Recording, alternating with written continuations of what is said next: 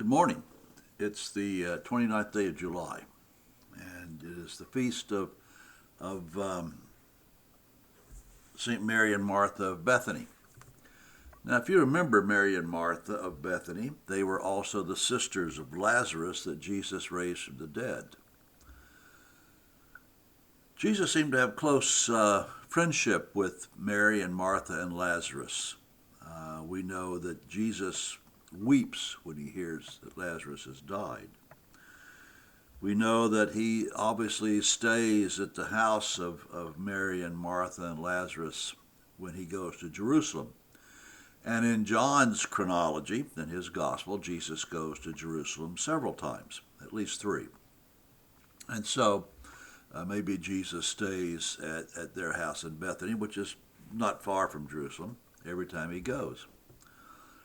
We don't know how they got to be good friends. We don't know how they met up, what caused their relationship to flower and blossom and be what it was. We just know that it was. And so we have two stories of the family of Bethany that stick in our mind. The first, the one, the most dramatic, it deals with the raising of Lazarus, the brother who had died, and Jesus finally goes and arrives several days later and calls forth Lazarus out of the tomb, therefore showing us that Jesus is indeed Lord over life and death both. And in John's gospel, it seems to indicate that this raising of Lazarus was what really motivated the Jewish authorities to plot to get rid of Jesus later on while he was there for Passover. The other story we have about Mary and Martha is when Jesus went to visit Mary and Martha and the family in Bethany. And in that story, we see Jesus sitting and teaching and talking to the people around him, and Mary sitting at Jesus' feet, soaking up what Jesus has to say, listening to the talk about religion and faith and the kingdom of God and all those wonderful things Jesus talked about. At the same time, Martha, who we sometimes think of as an older sister, but I don't know if that's indicated or not. But anyway, Martha's in the kitchen preparing lunch, and she's bustling around. She wants to make everything just perfect, and she's a little perturbed that her sister's not in the kitchen helping her. She's feeling put upon that she's doing all this by herself. And so, she goes to Jesus and says, hey, Jesus, I'm slaving away in the kitchen, trying to get lunch on the table for you and your friends. I could use Mary's help, so would you please send Mary to the kitchen so she can help with lunch? Well, Jesus kind of gently chides Martha about this, saying that, Mary has kind of chosen the better part, that lunch can wait, that many of the things we think are important in life really aren't, or maybe not as important as we think. Maybe Jesus is saying to Martha, it's more important to spend time with God, or to spend time in prayer, or to spend time taking care of your own spiritual well-being, rather than hustling around tending to hundreds and hundreds of small daily issues and routines that seem to always be there and never go away. You hear sermons over and over again extolling the fact that, one of us, either we're Mary or Martha. Either we're more than willing to sit at the feet of Jesus and absorb all that he has to say, or we're in the kitchen taking care of all the little duties of life that seem to surround us and need to be tended to. And Jesus says that Mary has chosen the better part, but what Martha does is important as well. Somebody has to fix dinner. Somebody has to wash the dishes. That doesn't mean that's necessarily a menial task or an important task or even a non-spiritual task.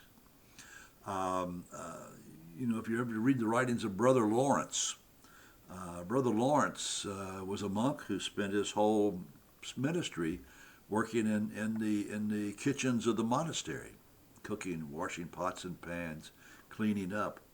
And yet his advice was sought after, and his insights were valued. But I think if you wanted to see Brother Lawrence, you had to go to the kitchen. So what we do there, little things are important to us. It's little things that keep life going these days, or any day. I mean, somebody has to cook the food for us to eat. Maybe we do the cooking. If we don't do the cooking, maybe at least we volunteer to wash the dishes afterwards to help keep the kitchen clean. There's all these little necessities of life that make life possible. We can't spend our whole life sitting at the feet of Jesus and just absorbing all that he says. Or maybe we can. Maybe this reminds me of cloistered monastics, monks and nuns who do spend their life in prayer and who spend their lives, in a sense, sitting at the feet of Jesus, absorbing and understanding and trying to figure out the teachings of the kingdom. But even in monasteries and convents, somebody still has to wash the dishes. Somebody has to sweep the floor. Somebody has to make the beds. All of these little duties that are important for life.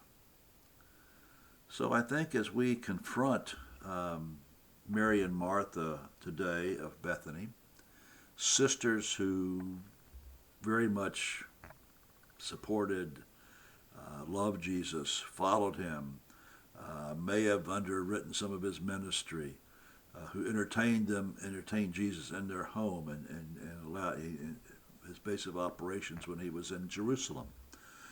Mary and Martha, Mary who wants to sit at the feet of Jesus, absorb all the spiritual insights that he has to offer, and Martha who's out into washing dishes and cooking lunch and dealing with the menial tasks. Both are important. We are neither Martha nor Mary. It's not an either or, it's a both and. There are times we are called to sit at the feet of Jesus, to listen to what Jesus says to us, to go to Jesus in prayer and meditation, to respond to him in some ways. But there's also times the Martha part comes out. And maybe the Martha part is where we are serving others. We cook food for them. We clean for them. We make sure they're clothed and kept warm.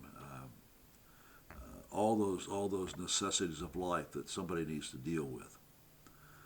So it is here we see the picture of Mary and Martha, the ministry and life of prayer, and the ministry and life of service, and they go hand in hand with each other. We have to. I think our prayer life and our spiritual life is enhanced by our life of service.